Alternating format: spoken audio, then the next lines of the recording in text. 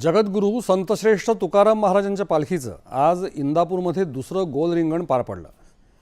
पहाटे निमगाव केतकी इथे नित्यपूजा आणि आरती झाल्यानंतर इंदापूरच्या कस्तुराबाई कदम विद्यालयाच्या मैदानावर लाखो वारकऱ्यांच्या उपस्थितीत गोल रिंगण पार पडलं। रिंगण सोहळ्याचं मुख्य आकर्षण असलेल्या मानाच्या अश्वानं मैदानाची प्रदक्षिणा पूर्ण केली। अश्वांच्या मार्गावरील पवित्र माती आपल्या कपाळी लावण्यासाठी वारकऱ्यांनी मोठी गर्दी केली होती।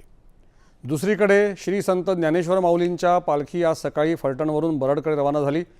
पालखीचा आज बरड इथे मुक्काम असून उद्या पालखी सोलापूर जिल्ह्यात प्रवेश करणार आहे। दरम्यान शेगावचे श्री संत गजानन महाराज यांची पालखी सोलापूर जिल्ह्यात दाखल झाली।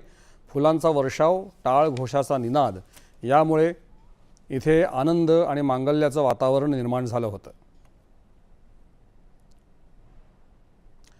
नवी दिल्लीत आज वर्ष 2024 मधल्या चित्रपटांसाठीच्या 72